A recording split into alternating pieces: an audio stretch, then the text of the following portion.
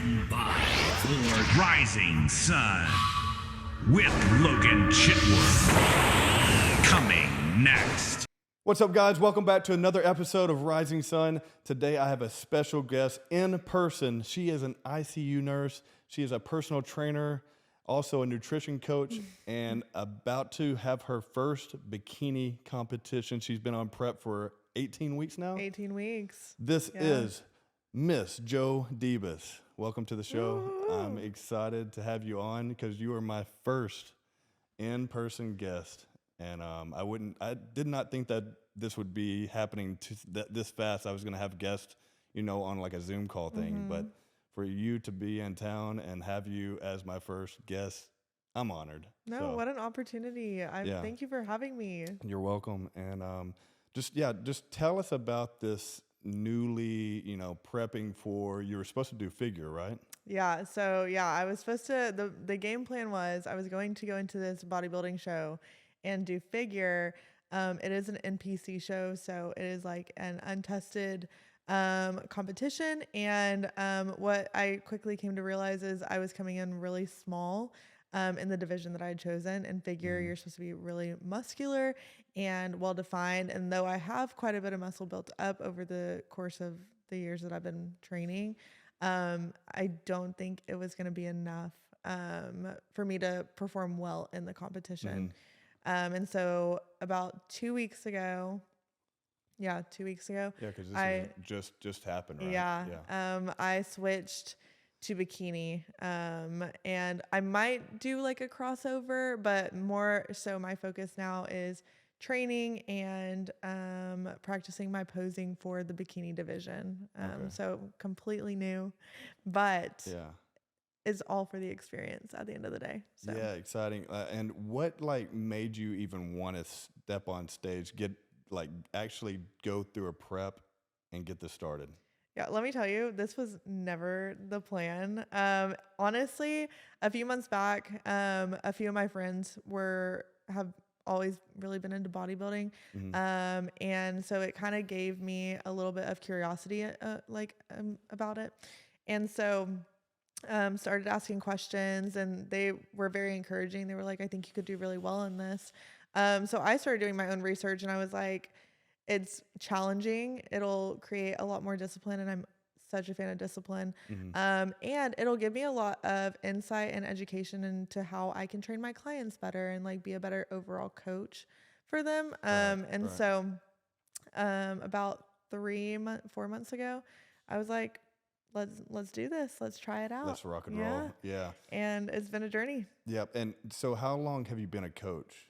So I opened up my online training 2 years ago. Prior to that, I was kind of coaching my friends, on the side, not really making anything official. I had gotten my certifications back in 2022, just to have more knowledge on how to move my body and how to fuel it appropriately.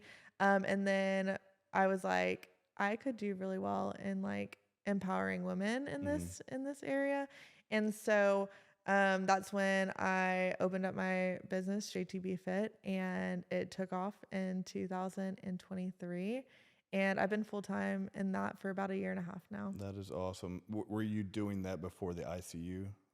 So no, during COVID, I graduated around the COVID era. And so I was thrown into the ICU with all the COVID patients, and it was just a really hard environment to start off in, I think, for anybody. And so I quickly got very burnt out of the ICU experience. And so what ended up happening was I found a love for fitness and working out during that time in 2020. And so that's when my love for the gym and love for educating my friends and learning kind of came into play. And then never in my life did I think I would open up a fitness and nutrition business, but here we are 3 years later. You never know what's going to happen. And even in these next 5 years, you're going to probably see more like that you want to do, you know. Absolutely. And I'll get to that later, like what you really want to do. But let's start first with like your backstory, like your childhood growing up. Did you have a childhood that was like really healthy? Like were your parents into fitness and stuff like that? Just take us back to that and tell us like how you grew up, what kind of lifestyle you had. Yeah, absolutely. So I grew up in Denton, Texas, and my mom and dad have always been relatively like healthy. They always put us in sports when we were younger. I played volleyball up through college, and then my brother also is and less of an athlete, but still like very mindful of like what he fuels his body with. And like that was just how we were taught growing up. And so my dad's a police officer and my mom is a realtor. So they stay very active in the community, and just like active just in their own personal fitness goals. Yeah. And so it was like a very big encouragement growing up, watching them, like how they fueled their body, and not necessarily, it wasn't like a pressure on us, but they were always encouraging us to be involved in sports and athletics, just for the sole purpose of like being healthy. Yeah. I'm very thankful for that experience because they taught us what it looked like to like honor and like, just like grow and like in a way that was like fueling your body is like a good thing and healthy, and like, we don't have to eat out all the time. Yeah, were y'all like eating, like was your mom like cooking good meals for Yeah, you my growing up and mom, stuff my like mom that? did most of the cooking. My Yeah. dad would like on occasion, his like specialties were like pancakes and mac and cheese. But Yeah. overall, like they fed us like really good meals and balanced meals. We hardly ate out, honestly. Okay. If we did, it was because we were like on the road to volleyball, you know what I mean? Yeah. And so there was always like purpose behind it. Yeah. And so it was like, I know a lot of people that didn't have the same experience I have growing up. And so I am very thankful. Like, in fact, I think a few months ago, I like messaged my mom and I was just like, thank you so much for like Yeah. being a good representation of like living a healthy lifestyle. Because I know a lot of my friends that have parents that are sick or like can't take care of themselves anymore. And like, we're in our 20s, like, you know what I mean? Like, and that's never been a concern for me. Like, my parents have always taken care of themselves, been so self-sufficient. And like, I know that's not the case for everyone. So I know like I'm very blessed in that. Right. And one of the biggest thing that you're dealing with or have dealt with for many years now is type 1 diabetes. Yeah. And this is incredible to me for doing what you're doing now with all the prepping and stuff. But what led to that? Like, were you seeing any side effects or anything? Like, how did you know that you had this? What made you go in and With the discover that you diabetes? had diabetes? Yeah. So I was diagnosed at 8 years old. So type 1 diabetes can come from a few different ways. Like, you can be born with it.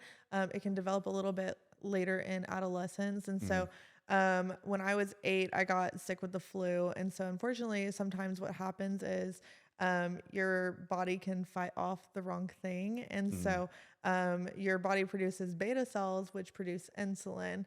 And so my body destroyed all my beta cells on accident. Terrible, terrible mistake. Like completely got rid of Eliminated my beta cells. And beta so cells is like what, white cells? they produce insulin. And so insulin is like okay. what my body no longer makes. Okay. And so Like zero. Like, zero. if you got off insulin right now. I would die. Zero. Yeah. Okay. Yeah. So I went in because my parents were like, I think she has like the flu. Like, I was losing a lot of weight, drinking a lot of water, eating a lot, and like very lethargic all the time. And so my parents were like, she's sick. Like, I don't know with what. And so they Hold on. I'm sorry for cutting you off. How long did that last? over the course of I would say a few weeks, I dropped about 20 pounds. Okay. So this had been some weeks. Yeah.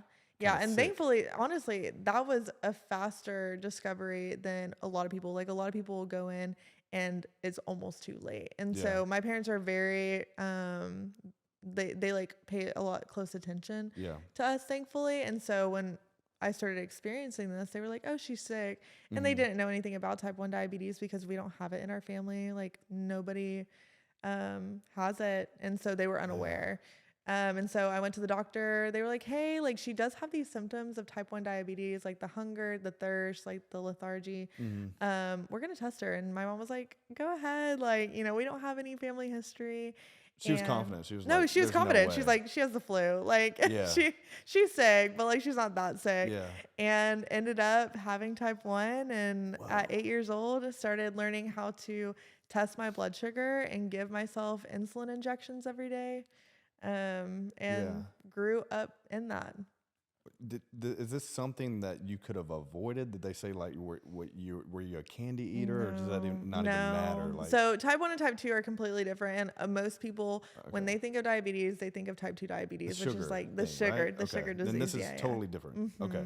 Yeah. So with type 2, you can be genetically predispositioned for it, but it typically develops later in life, and you can change the course of your lifestyle habits and get rid of your type 2 diabetes. With type 1, you're stuck with it. And like you never do anything to get it. You just have it, unfortunately. So there was nothing that you could have done to avoid it. No, and I was a healthy kid. Like I was in sports and everything. Like it just was happenstance. It's so weird. Like how that can happen, and scary too, because it could just come up and like, let's say your parents weren't as like paying attention to like the things that are going on, the details. And some parents are like that. And they didn't take you.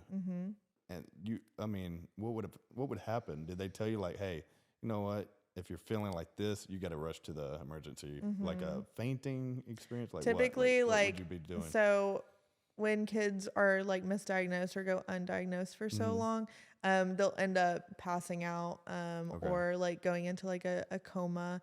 And that's when they unfortunately get diagnosed much later. Like their blood sugar can be so high and go undiagnosed for so long. But your body eventually starts shutting down vital organs. And so like it's really important. Like the education is just like not as prominent or prevalent in like the world, because immediately whenever you think of diabetes, you're like, oh, the sugar disease. Oh, like, you know, that's what I thought you probably were dealing with. Yeah. So. But that's interesting. And since you've had it, have you had any scares like, we got to rush to the emergency room for anything? Have you ever had anything So thankfully, close? I like maintain really, really tight control. I have quite a number of friends that have had scares. Like if your blood sugar goes too low, you can have seizures and then die. If your blood sugar is too high for too long, you'll have long-term effects. So thankfully, my parents like stressed to me how important control was. Like I had really, really good parents. Unfortunately, not everybody has that. And so that's why like education is so important, and like why I'm so passionate about like empowering like other type 1s in the fitness industry, not necessarily because we can cure our disease, but because we can control it. You know what I mean? Yeah. And that's another thing that I want to touch on is that, so you're coaching women that have type 1. Yeah, I have a lot of type 1s on my team. So if you guys do have type 1 out there, and if you want a coach, I would be coming to Joe right here. And that's a big help, because I'm sure you're not going to run into a lot of coaches that deal with it themselves. Right. And, you know, that'd probably be something hard to find. So that's awesome that there is a coach out there like you that's experienced with this and can coach people through like different like nutrition plans and all that. And the ins and outs all about it. So have you ever had anybody where you're just kind of like confused about what you need to tell them, or do you like get it down to the point where, you know, whatever you do can help them out, or is everybody different with it? You know what I mean? Yeah. So everybody is different. And I think over the course of the years, like it's been like a learning curve of, okay, like we have, and that's why online training needs to be so niche and like so specific to the individual, because everybody's different. Everybody's body responds differently to certain things, and certain protocols that we put them on. And so learning kind of like, okay, like what does your control look like right now with your type 1 diabetes? And okay, like how do you typically respond to cardio? And like let's come up with a game plan so you can complete successfully like our protocols and like be confident in them without like your blood sugar crashing or your blood sugar going too high. Yeah. Now, do you also coach women that have type 2? I don't have any type 2s on my team currently. Not that, I mean, we have girls with all different kinds of backgrounds. We have PCOS, thyroid issues, diabetes, but we don't have any type 2s on our team right now. Okay.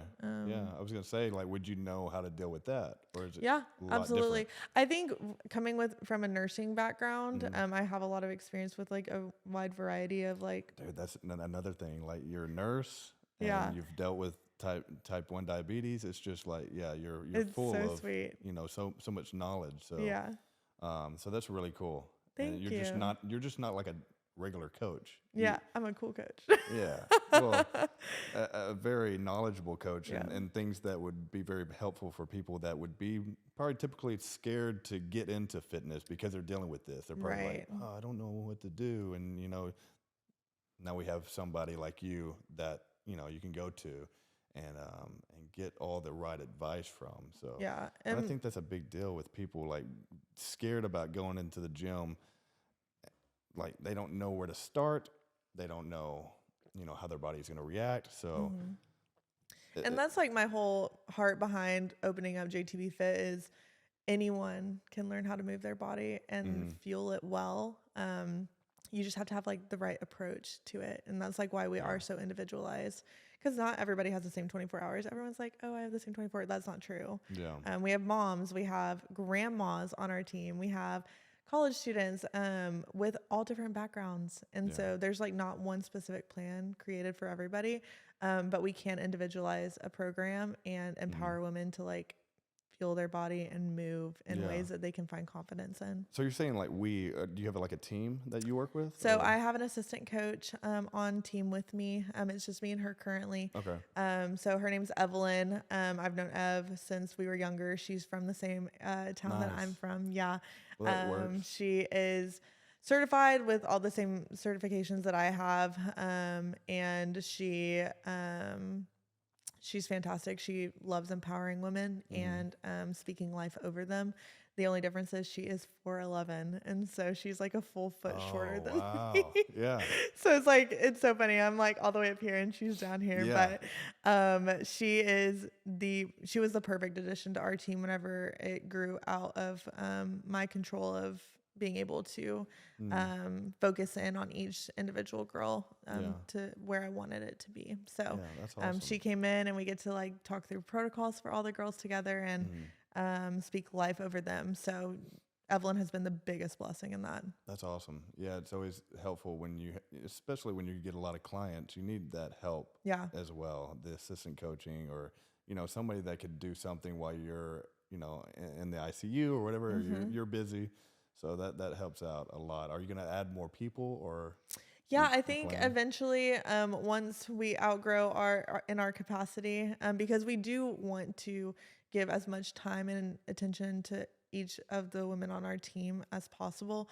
So once we grow out of that capacity, I'll bring on another assistant coach, and we'll continue growing our team. But it's very specific. Like we want girls that are passionate, or like coaches that are passionate about empowering women and like providing the most confidence in each individual. And that's hard to find sometimes. So we don't ever want to just hire to put another body on the team. You know what I mean? Right. And you only coach women? Yes. Okay. So if a guy came up to you, you're not coaching them? No, we send out, we refer them to Sorry, other online coaches, but we don't take any men. Even if it's like a guy that's dealing with type 1 diabetes, he's like, man, I can't find a coach that's dealing with this. I'm sure You're there's the a only one coach that I out know." there.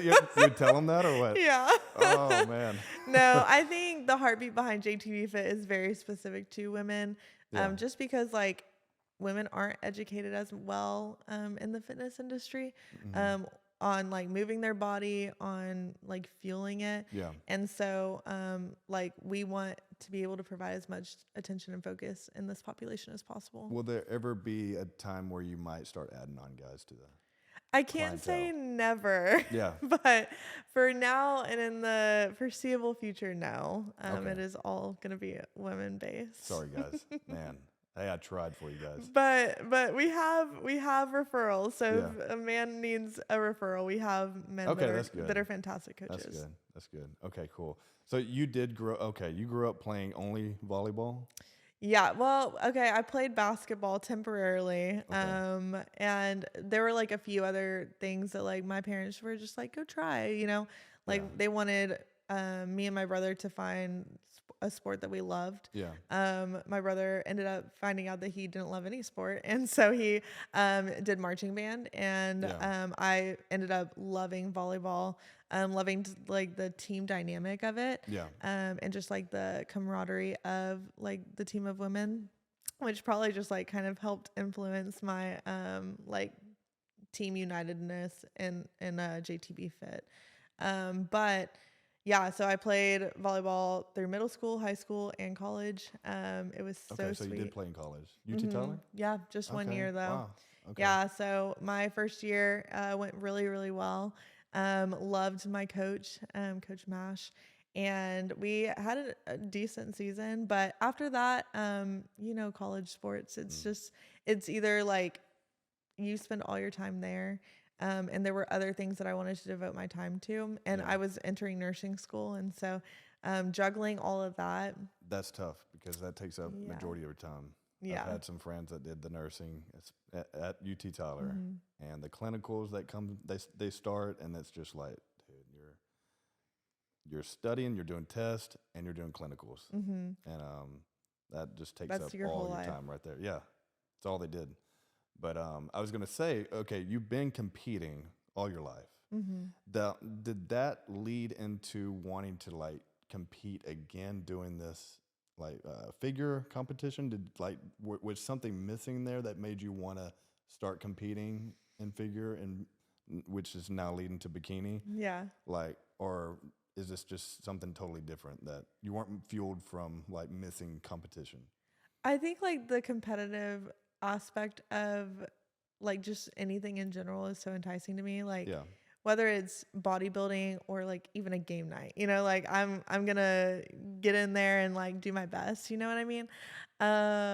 But I think for the purpose of bodybuilding, it was more from like my heart behind it was I wanted to challenge myself. yeah, This was like more of a me versus me rather than like me versus like all the other girls on stage. yeah, Whereas like in volleyball, we were like, okay, like our team versus their team, you know what I mean? right. But in bodybuilding, I feel like it's a different aspect of like it's self versus self at the end of the day. Mhm. Like how can I show up for myself and beat out yesterday me? Yeah. Um, That's good.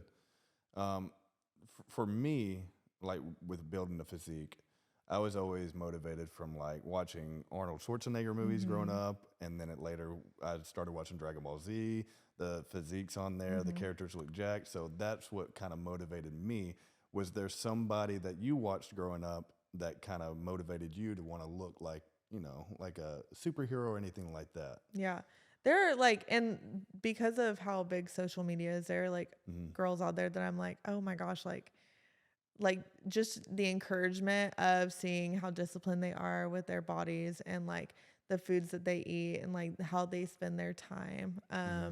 is definitely an encouragement. Like there are like influence out there like Libby Christensen and like a few of my friends at the gym that I go to in Dallas like that are like small influencers. Yeah. Um Shout them out. Let us know who they I are. don't even know if they'd be like, oh, Joe. But I think just also my friendships that from the gym that I'm like witnessing like Mhm. their discipline and their like eagerness to just like continue to show up for themselves and be better each day. Yeah. I think that is like what empowers me and encourages me more so than somebody that I don't know. You know what I mean? Yeah. Because we don't know really what their life looks like behind the screen. Right. Yeah. I was just wondering if there was somebody that, or, a character that you watched growing up that made I'm you trying want to to look like, think. you know, I feel like that's such a guy thing. it They're like, is. I wanna be Yeah. like There's some them. girls like that though, too. No, absolutely. There is. Gosh, but now you're putting me on the spot and I No. don't know. But, yeah, you're not much of an anime I'm person though, right? not. But You're educating me though. I'm trying to, and I didn't mention this before. You guys have probably seen her in my skits, and I should have just announced you as an actress as well, because you're pretty damn good at acting. We're working our way No, through me and to Alec that were talking role. about it. We're like, dude, Joe's a good actress, and Yeah, you're doing good. Would acting ever be something that you would want to do in the future? Have you ever thought about that? I have not even thought about Yeah. that. No. Okay. I don't know. A few people have asked like, what would you want to model? Would you want to do stuff like that? I don't know if like that is kind of like the route I want to ever take, Yeah. but it definitely I would never be like. Because we were talking, we Those were are- like, man, if you did like videos like pretty consistently, like your own stuff with you and your girls, or just you, I think your social media, your Instagram would definitely blow up. Your TikTok would blow up like really quick. And would you ever consider like, man, you know what? I might just be a content creator. You know, I think if I devoted the time to like kind of building that rapport a little bit more, maybe I would be open Yeah. to that. I think right now, because of the ICU job and You have so being a much to juggle. full-time business owner, I think like that would be a back burner kind of like Yeah. thought for later on. Not that like I love creating content. I Yeah. love like educating women online, but I don't know. Yeah, if you ever like started building like a real fan base, you know, like a big community that loves what you're putting out. Like I've always wondered like, how would you ever like do that, continue it? Yeah, And I then would absolutely love that. Yeah, And I it'd be like fun. love like what y'all do with like how niche your specialty is. And I think I would love to do that with my own niche, you know Yeah. what I mean? But for now, creating content and learning this whole anime lifestyle is Dude. really fun. It's more than just anime. Okay, Yeah, well, okay, this whole lifestyle. yeah. But yeah, that's interesting. Let's see. I was gonna ask you something I forgot off the top of my head. Let me think. I totally went blank right there. It was with the social media content creating. Can't think of it, but that's what happens sometimes. No, that's fair. Yeah, that was gonna lead me into the next question. Like, what is your like dream job? Are you doing it now, or is there something that in the back of your mind that you still want to do that you haven't? Ooh, that's a good question. I think like my business is something I had never planned on doing, but this like ended up being my dream job. Like I thought I would want to be a nurse for the rest of my life. Yeah, But I think like I'm so much more passionate about serving women in this industry. that's awesome. So you're pretty much doing your dream I'm job. doing my then. dream job. Yeah, Yeah. and the ICU thing is just like what for fun for a little extra. Well, I wanted to utilize my degree. I had like worked so hard on getting it. It also like challenges me in different ways. Like critically thinking in an ICU setting is like so hard and so rewarding at the end of the day. Like I see a lot of purpose in it. Yeah, But what also comes with a stable job is benefits. And so I have the hospital job to pay for my diabetes supplies. okay, Because most private insurance companies won't accept me. And that's the only way I could have insurance with just like my business, which would be great. that's awesome. But yeah, the hospital supplies my insurance needs. Okay, good. Okay, But well, that makes there sense. is purpose in my hospital But job. do you enjoy it? There are some days that I do, and there are Okay. some days that it is really hard. Yeah. And that like kind of stemmed from COVID. What do you like about it, and what do you not like about it? So I love the aspect of like caring for people in some of their hardest moments and like loving them well in the ICU setting. Most of them are critically ill. And so getting to love their families well during that time. And like also just like the aspect of trying to save them, you know, like putting them on medications to keep them alive. That like rush that you get Yeah. in the critical care setting. The things that I don't like are kind of like the same aspect of that. Like it is really hard continuing to see patients suffer Yeah. and families not listening to you or arguing with you because they've had bad experiences previously at Yeah. hospitals. And so like there's like a break of trust sometimes between families and the hospital staff. But again, those like the good far outweigh the bad. There's like a lot of good things about my job, but there are equally hard things. Tell us about some crazy stories though. There, like what's So- your top like top three that you can just you'll remember for the rest of your life? Okay.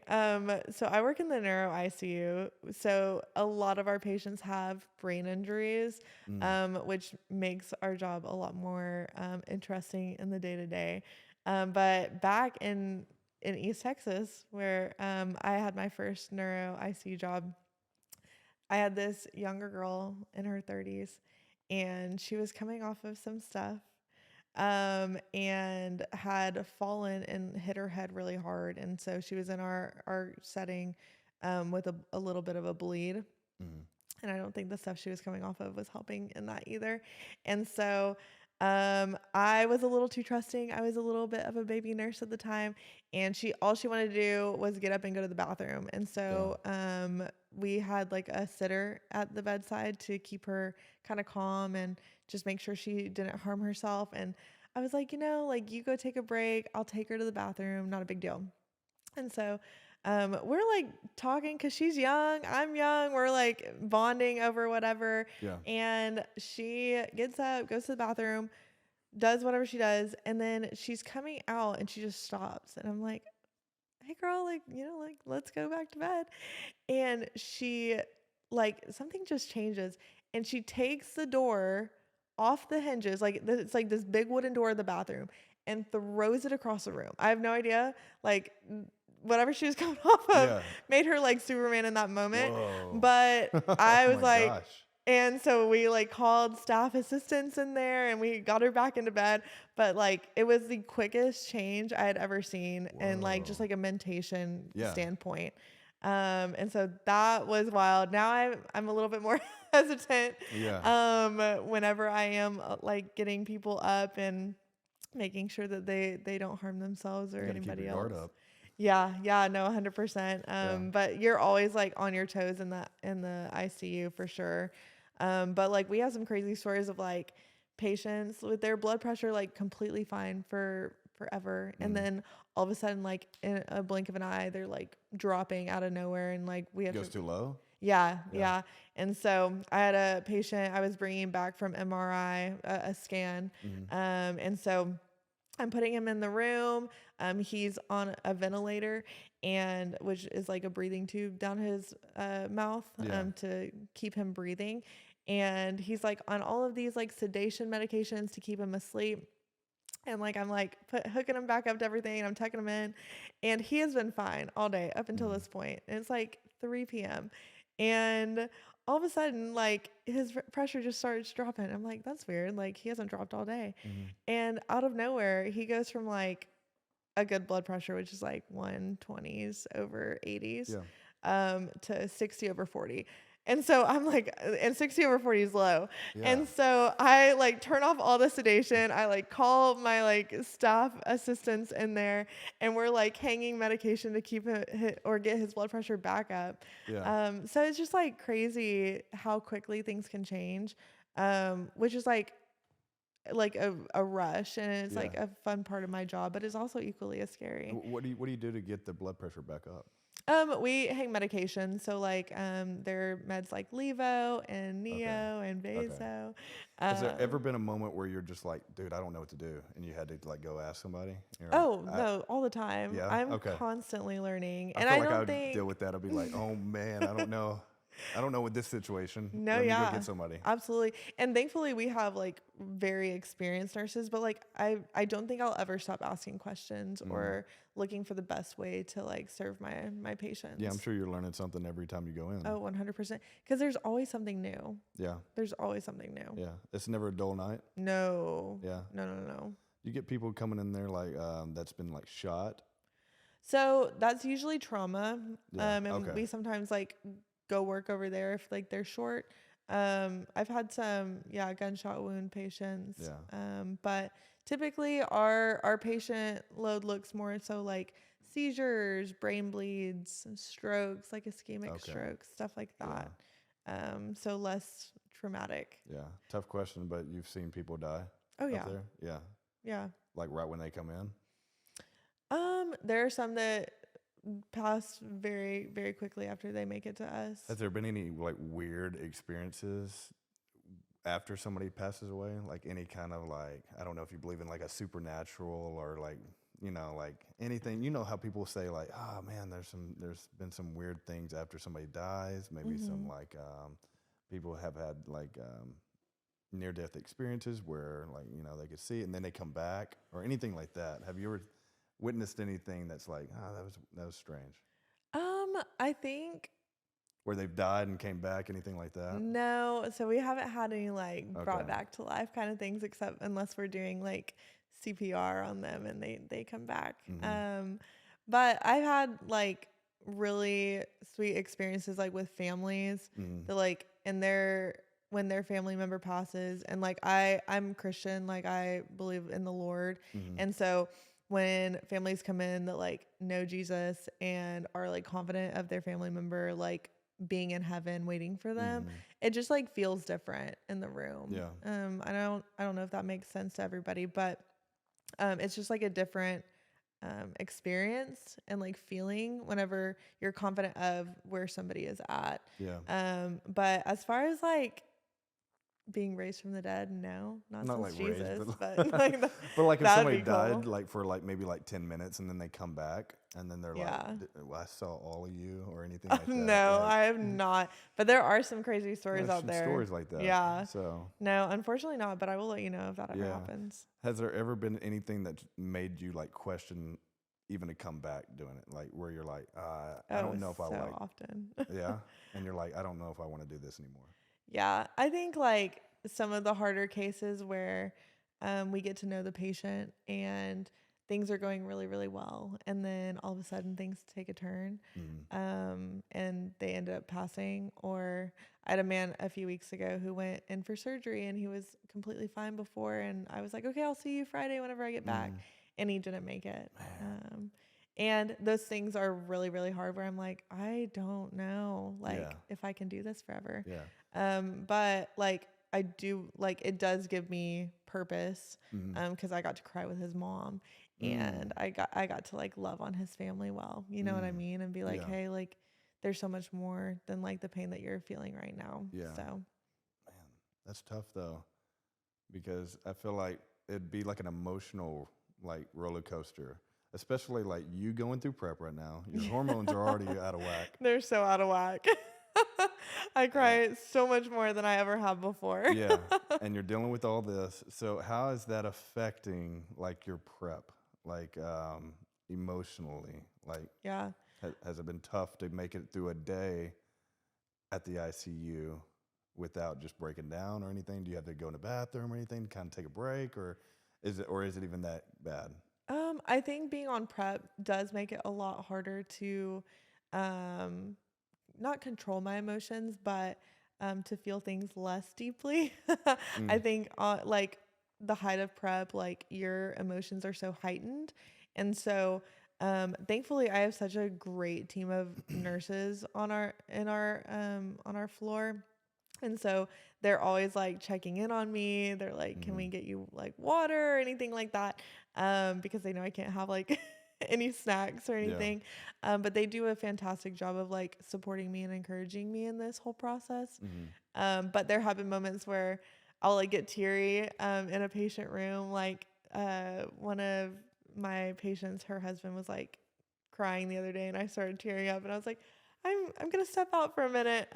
But I also think like it is okay to like get emotional with the families and hurt for them, not because I know the patient as deeply as they do, but because I can empathize with them and like love them well. I think if I ever lost that feeling, which right now it's heightened because of prep, 100%. But if I ever lost that like empathy and those emotions, I don't think I should work in this field anymore. You know what I mean?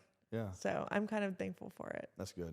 That's good. And going back to like the prep and the hormones and all of that, how has that all been for you? Like, was it okay in the beginning, and has it like hit a wall where you're like, okay, something's not right, or like have you gone through anything hormonal wise that's just like, whoa, this is totally different, and you could tell from the way you're eating, the way you're training, the way you're sleeping?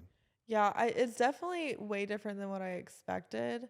I thought I would have like a lot more control over kind of like how I was feeling and my energy levels. But at the end of the day, like you have a very strict diet. You're like running on fumes at the end of the day. And so in that, like I think it was about week 12, Yeah.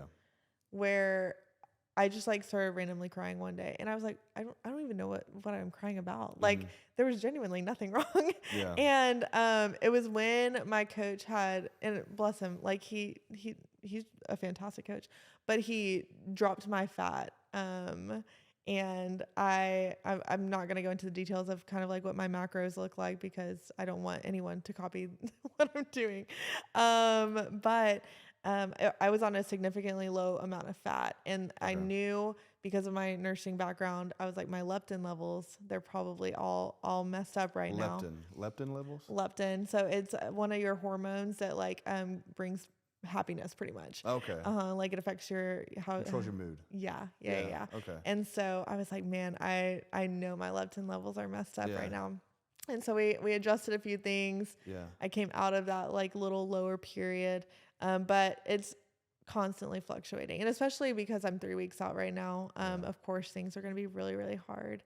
But I think like the amount of support I've received, from like my coach, the community around me, my family, has like helped elevate like my joy in this whole process, and like walking faithfully with the Lord. I don't know what I would do if I didn't like know God. I really don't. So I was telling someone that. So you're the other very day. religious? Do you go to church and everything, or? Yeah, like I wouldn't say religious. I deeply value my relationship with the Lord, and try to live faithfully for that purpose alone.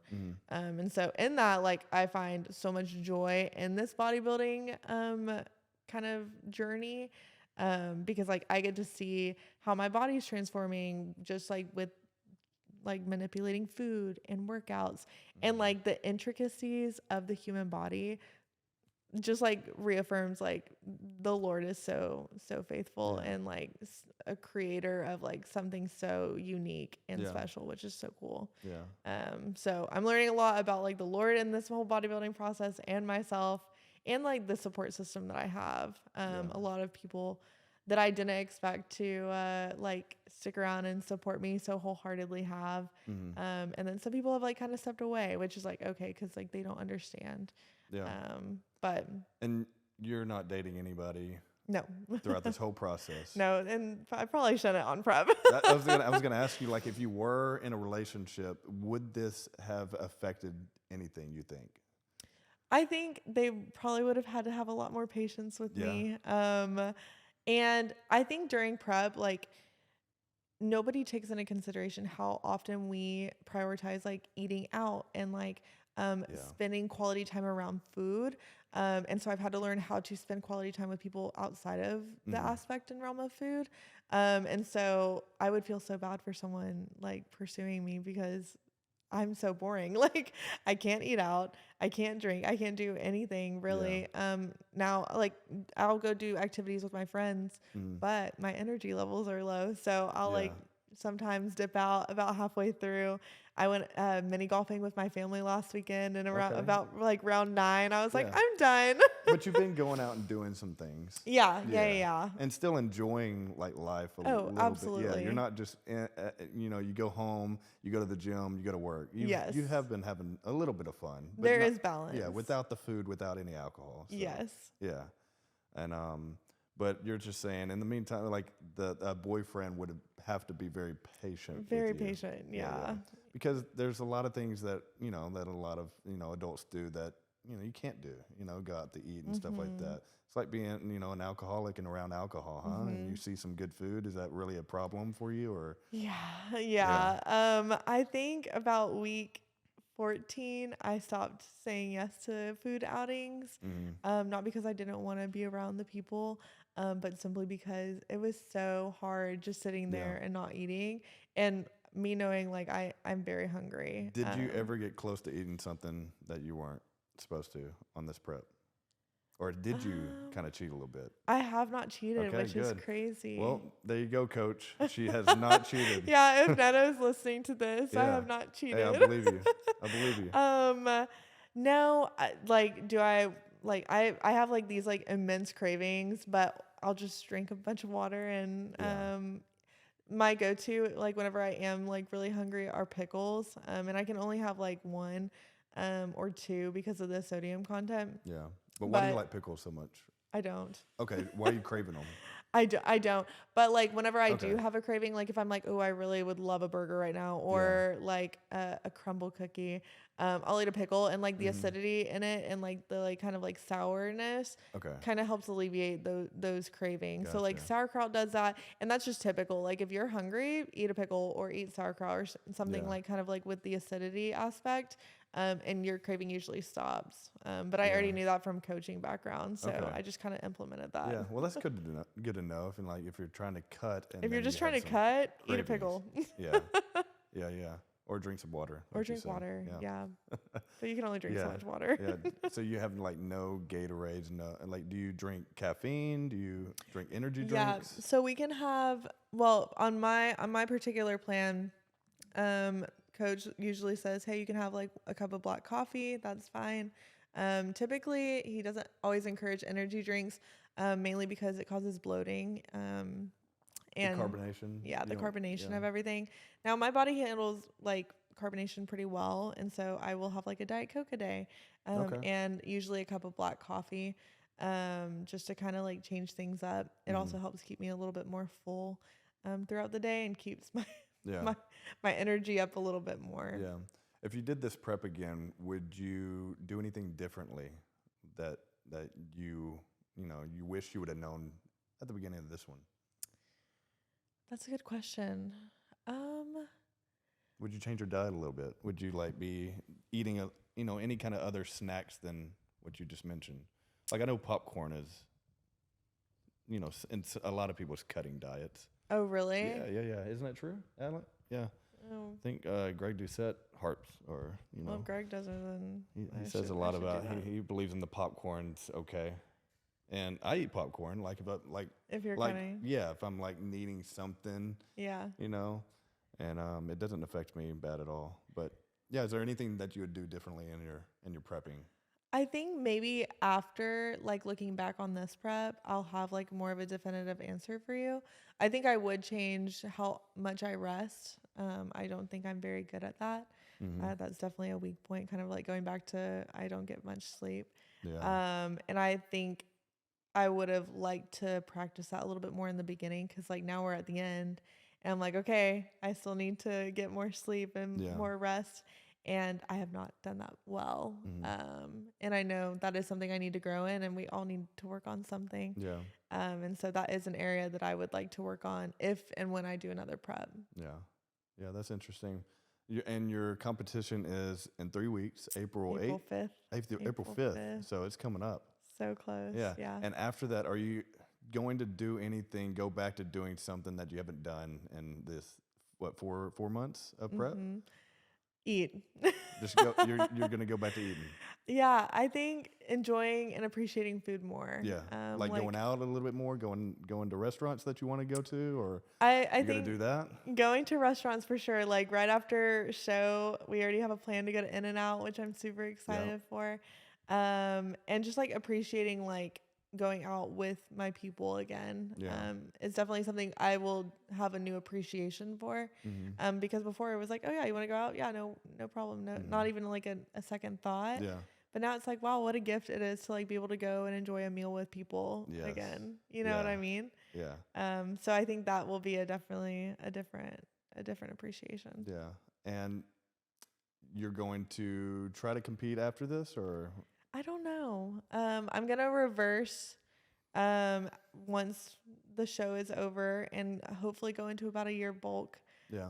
And put on some like lean mass, which I'm really excited for. Yeah. It'd be awesome to like compete in like a natural division also, to kind of just see where I could place there. Like we talked about, I think you're going to thrive in a natural one because Yeah. she is natural, guys, and she looks awesome, natty. And have you ever had anybody, think that you're on anything? Like at your local gym, have they come up to you and be like, what are you on? Yeah. What are you on? I've had a few people approach, which honestly is such an honor. Like that's the goal, right? I think it's like a compliment. Yeah, If no, nobody's 100%. asking you that, you're not doing You're not something doing right. it right. You know. Yeah. No, You I'm want to like, look unnatural. thank you. But you're doing it natty, which is, Yeah. incredible. And it's Thank even you. more hard. So Yeah. I think I just would like to be a testament to like women out there that like, hey, if you work hard, like you can accomplish so much without anything added. You know what I mean? Like you can put in the work to get where you want to be. Yeah. Even with as a natural and with an autoimmune disease. Yeah. Is your parents going to be at the show? My mom is. I don't know about my dad yet. He might have Okay. to work that day, but my mom is like my biggest supporter in Okay, this. good. So Yeah, that's awesome. And yeah, we'll I get to meet tried. her. We'll I get to meet tried her. to convince her to do it with me because she is the most fit woman I've ever met. Yeah, How old is she? she is. Well, I'm not going to tell you her age. Okay. She would kill me if she Uh-oh, listened come to the on. podcast. She's a lady. You're not supposed to ask her age. So she's 38? Yeah, absolutely. Yeah. But she actually goes to my gym and like works out with me quite frequently. And so I was trying to convince her to do the show with me, but hopefully in the future she'll That'd be crazy if y'all both step on stage right? at the same time. That'd be so cool. Yeah. Be I would awesome. love that. Yeah. Maybe that'll happen in the future. Hopefully Yeah. so. Yeah, maybe she'll get excited after watching this show. Yeah, and- but she's super supportive through this whole process. Oh right? yeah. And she's honestly like the biggest like influence of my fitness journey, which is like so cool. And she's absolutely ripped too. She's though, huh? ripped. Yeah. Yeah, it's so cool because like in public, people will be like, "Oh, she works out," and I'm like, "Yeah, she does." Like Yeah. she is jacked, Yeah. and she loves it. Yeah, that's awesome. Does she work at the same gym? Yeah. So we'll catch lifts together. She works out every morning at like 4 a.m, and so whenever I can get there at 4, we'll work out together. Yeah. But she is like a dedicated 4 a.m-er, and I'm not quite there yet. Yeah. I'm a dedicated Well, you 4 kind of a.m-er. are. You're up at 4 a.m. posting on Instagram. 2 to 3 days a week, I'm a dedicated 4 a.m-er. But she is 7 days a week. Yeah. Hard pass on that one though. Yeah. That's so cool. When you have somebody in the family that's also doing what you're doing, it helps out a lot. Oh you yeah, know? 100%. So, and of course she's supportive and she's going to be there, and I'm excited to meet her. Yeah. And that's incredible. Yeah, But, my brother will be there too. You'll meet the whole fam. Yeah. Maybe my dad, I don't know. Yeah. We're excited, and he still is. I didn't know your dad was a policeman. Yeah. Yeah, he's the chief of Wise County, Yeah. which is like, I don't know, somewhere in like near Rome, Texas. And he's done it your whole life. Yeah, so he's An been a officer. cop. He was a sergeant in Coppell for like Mhm. 25 years, then oversaw Rome, and now is chief of Wise County, and he just got that role. It's Yeah. awesome. Well, I bet he has some stories. Oh, he has so many stories. In fact, I got the opportunity to go see his new office because like he just got that position this past year, and so I just got to go up last week and see his new office and like take a tour of the jail and the whole like sheriff's office and everything, which was really sweet. Yeah. And like he is so passionate about like his role, so that's really cool. Yeah. Do you spend a lot of time on social media, like TikTok or anything, like scrolling through? Do you have like any favorite like creators that you watch, or fitness girls that you watch? Yeah, I love. So I'm bad about the whole TikTok scrolling thing because I feel like you can just like get Lost in there. lost in there. Yeah. But definitely like Libby is like a huge influence. I think just like her like positivity. Are you familiar with Libby Christensen? Libby, maybe if I've seen her. Do you know who it is? I don't know. Maybe if I saw her. No, she's like a Gymshark athlete. Okay. But then a lot of the Honor athletes. Are you Yeah. familiar with the brand Honor? Nope. I think actually this is a shirt by them. Oh, cool. Chrissy, if you're out there. Yeah. I love Honor. Honor and Gymshark are probably like their athletes are very encouraging, very uplifting and motivating. And so those are most of the people I follow on TikTok and on Instagram. Oh yeah, you went to a Gymshark event, right? Honor. I went to an Honor okay, event. an Honor one. Yeah. Okay. Back in And that was June. in Florida? It was in California, in LA. California. And you did like some kind of like PR, right? Deadlifting PR? Yeah, so there was a deadlift competition. It was so fun. My friend Fran, she had signed up for this event a while back, and she actually got me interested in Honor. Yeah. And I was like, yeah, I'll just, I'll fly out with you and go to the event. I had no idea. And so when we got there, they had like a bunch of different like segments where like you could talk to the athletes and like shop their new drop. And so then at the very end of the day, they had a deadlift competition, and I wasn't gonna participate, but Fran was like, I won't do it unless you do. So like, come on, like let's do it together. I was like, Yeah. okay. Like I haven't deadlifted in so long. Thank Yeah. God it was before prep, because I would not have lasted No. No, during prep. that wouldn't have been a good idea. No, so bad. And so we're like there's a line of girls, and we are taking turns, like, and the weight is increasing. And I think my old max was like 310 or something like that. Yeah. And I don't know how, but I got 385, and that was Dude, my. The energy was. Oh, they yeah. all yelling in your face It and was stuff. You had a crowd around you. crazy. It Yeah, was awesome. it was like so motivating, Yeah. and I think like that's why I love Honor, and just like how they encourage and empower women in that. And I like that's like what I want for JTB Fit too. Yeah. So Yeah. it was a great experience. Yeah, that's something that you could do one day. Have some events like that with Yeah. your brand, your company. Would Yeah. you ever want your own like gym or anything like that? That would be incredible. Yeah. That's the dream. So that's a dream job. Yeah, Going there back you to go. that. Yeah. So maybe so you're really wanting to do the fitness lifestyle for here on out, right? Oh yeah. No, I Yeah. love it. I think like the hospital kind of reaffirmed, like, if you just learn how to move your body even for like 30 minutes a day and eat a little better, like your life can be transformed Absolutely.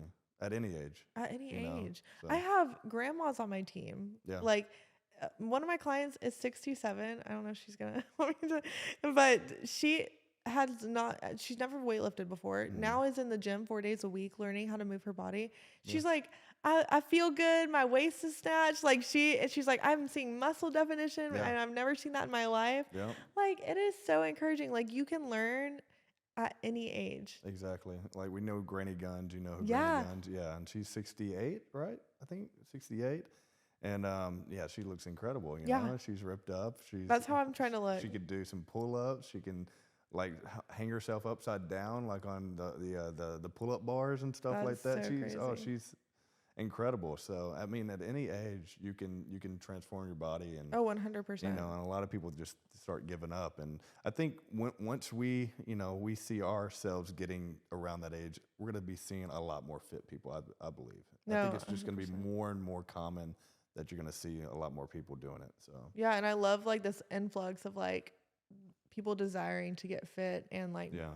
like fuel their body, because I think for so long like people were just misguided and Mhm. hey, eat very little, do a lot of cardio, and you're gonna Yeah. be fine. And then people were like doing those things, and the girls still were not satisfied with the results, because Yeah. you end up skinny fat whenever all you do is cardio and eat nothing. Yeah. You're not gonna like how you look. You have to lift weights. Yeah. You have to eat enough food. Was there any moments before you got into fitness where you didn't like how you looked? You went through some kind of little depressing moment, anything like that kind of like helped you get to where you are now? I think as women, we like will always struggle with like body dysmorphia and like just like our confidence. But I think during college, the countless like hours of studying and everything like that, after volleyball was over, I put my health on the back burner. And so it was a lot of eating out, a lot of poor food choices, and long nights and not moving my body. I like stopped working out for probably a good year and a half, 2 Yeah. years. Because you didn't look anywhere close to where you are now, right? No. Yeah. So you haven't always been No, fit. no. Yeah. So you've come from like, a lot different look. Oh, 100%. Yeah. 100%. And it, like, I think whenever I was like nearing the end of my nursing school time, is whenever I was like, I need to make some changes because I'm not confident in how I look. It affected a lot of other areas of my life. And so Yeah. once I started learning, lifting weights actually doesn't make you look like a man. It actually just tones you and makes you look awesome, Right. And like feeling your body doesn't have to look like starving it. Yeah. Like fueling it with whole foods and eating a lot more and speeding up your metabolism is possible. Yeah. You just have to do it the right way. all those things I was able to learn over the course of the years, and now I get to educate women on it, which is cool. Yeah. I mean, yeah, like we're saying, you're living your dream job. Living the So dream. that's awesome. I'm so happy for you. And you're doing an incredible job on your prep. You are looking absolutely shredded. Your abs are popping. Abs are popping. I believe that you are definitely going to win this competition. That's so kind. I'm staying super positive about it. We're going to be there. But yeah, I think, hey, this was great to have you on the show. Thank you. That was very interesting. I've learned a lot about you today, so that was awesome. And where can we find like your business? Where can we find you on socials? So just plug everything that you got. Yeah, so Instagram, I'm Joe the Bus Fit. All of my a lot of my client transformations are on there. You can find a link to apply to the program. And then on TikTok, I'm not as active. Okay. We gotta get that active. I know. I'm just like old. I'm trying to figure it out. You say you're old? Oh, come on. You're like, oh, was that like a dagger to the Yeah. heart? Alec is like wincing over there. I am trying to figure out TikTok, but those same links still apply on TikTok. And then I have a website. It is live. It's jtbfitnesscoaching.com. So you can find all the information there. Awesome. Well, it was an honor again to have you as my first in-person guest. Yeah, what an honor. Honor Guys, for me. go follow her, check her out, and women, if you need a coach, go to Joe Deus. Guys, this was Rising Sun with Logan Chitwood. Thank you for watching. Be sure to like and subscribe and comment below who you want to see on the show next. Thank you for all the support. We're out.